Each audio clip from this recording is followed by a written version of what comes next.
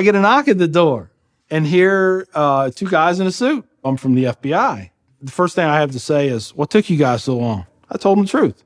I was going to make my own IED, and I was going to set across the Islamic Center over in a bank's parking lot, and I was going to dial it in and just watch the show.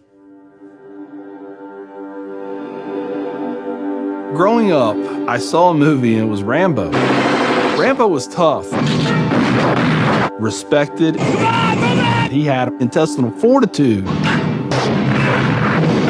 said, that's what I want to do. I went off and joined the Marine Corps. I wanted the action. The first time I got shot at, I remember looking at my watch and I says, man, this time last year I was in English class. I fought several times in the Middle East, Desert Shield, Desert Storm, South America, Philippines, Somalia. I think the worst things that I have seen is dead children. I had to suck it up. I had to be there for my guys. Each one of those teardrops stands for a confirmed kill. I stopped adding after 26. Where I was taught, Marine Corps, just own it and then let it go. But there comes a time when there's too much of that, and you can't turn it off anymore. I want you to give me a window into your state of mind at that time.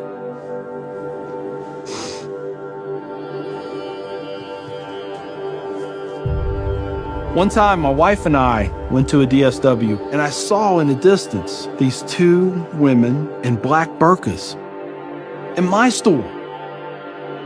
I cried as I prayed for enough strength to go over there and break both their necks.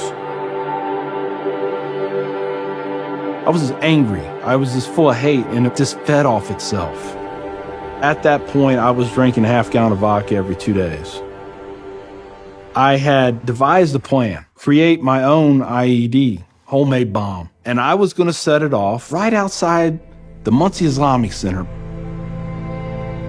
200 plus killed or injured. That was the plan.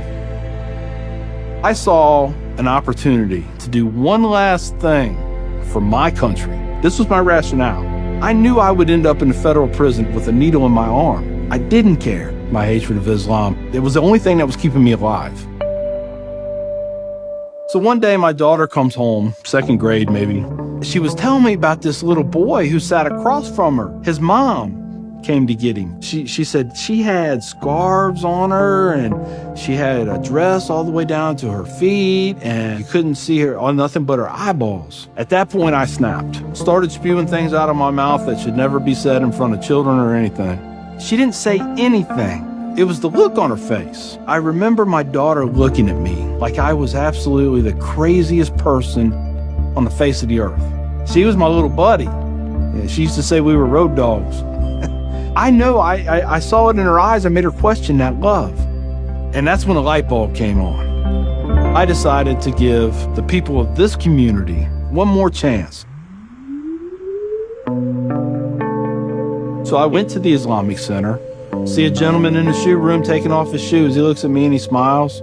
He said, "Can I help you?" And I said, "Yeah, I want you to teach me about Islam." So he went and he gave me a Quran. Read this. Come back when you have questions. So I did.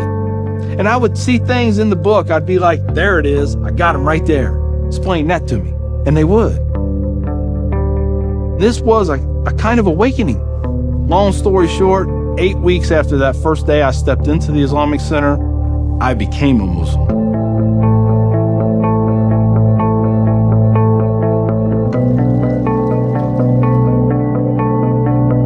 I'm a Muslim, a veteran, and a proud American.